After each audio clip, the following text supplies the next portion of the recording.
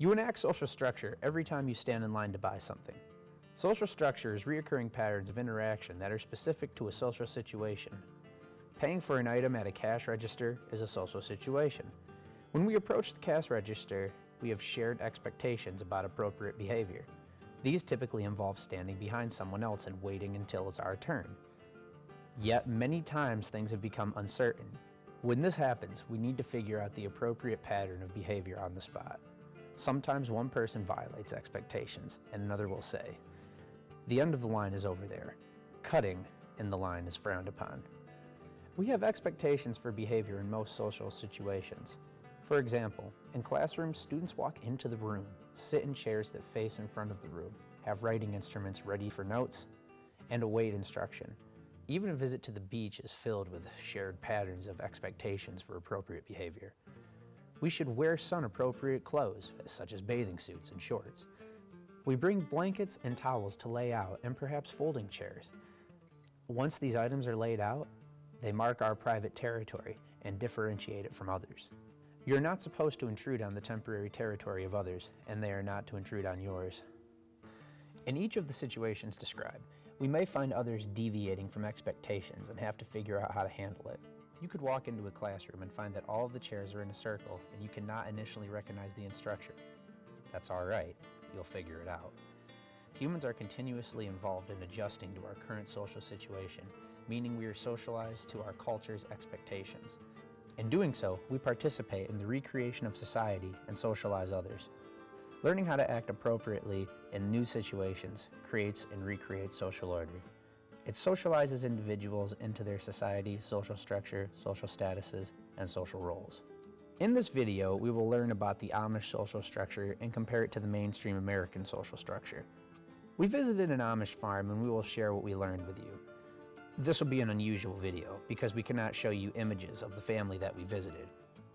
Creating images of the face is taboo for the Amish because it is associated with the creation of graven images warned against the Bible.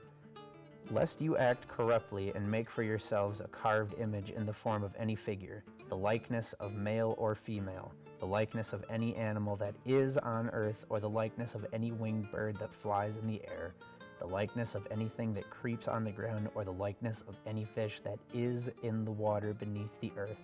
Even though we do not know all of the details of Amish life, we recognize that there are cultural differences when we see them driving a horse and buggy and sporting homemade clothing.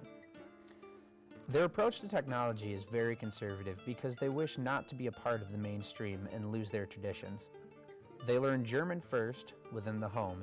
It is the language that they use with each other in everyday life.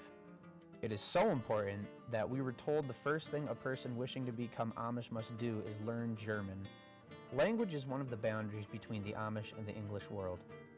Ferdinand Tönnies, a German sociologist, made a distinction between those living in communities and those living in civil associations. Tönnies' analysis is functionalist because he compares and contrasts the way that the societies are integrated and reproduce themselves. He referred community organization as Gemeinschaft and civil associations as Gesellschaft. The Amish family we visited was composed of a husband, wife, 15 children ranging from 1 year of age to 23, and a new daughter-in-law. We spent most of our time talking with the man of the family. He asked us to maintain his and his family's anonymity, so we will use pseudonyms and refer to him as Aaron or Mr. Bieber. Aaron has many roles as the head of his household. He is a husband, father, and business owner. His business consists of a subsistence farm, commercial dairy farm, and lumber mill. Some of the boys get up early in the morning with their father and help feed the animals and milk the cows. Mr. Bieber explained that one son who is about 7 years old is responsible for caring for the calves. Another, who is about 10 years old, is responsible for milking the cows. Most of the toys that children play with teach lessons about adult life. Some of the toys are purchased at stores such as wooden blocks, Legos, erector sets, the cobbler's bench, crayons, and paints. Dolls are made at home by the women. These are designed without faces and dressed identically to Amish women in the family. Using symbolic interactionism to understand the details of socialization, we see that children are learning community values through play and daily work. Children and adults wear the same clothing. Children are expected to imitate adults as best as they are able, taking responsibilities very early in life. The fact that they are all wearing similar clothing emphasizes the importance of the community over individuals. It is not their faces that are significant, but their community membership and role in the community. There is a form of community insurance that everyone contributes to for when disasters such as a house fire happen. Another example is raising a barn where the whole community comes together to build the barn. Through intimate friendships, they help each other to survive. If people were allowed to take on more and more English cultural values and material goods, there would no longer be Amish culture. Amish children make the choice to take on adult roles in the Amish community after they turn 16. At this point, they join a young people singing group and gain adult religious instruction in preparation for baptism and begin looking for a marriage mate.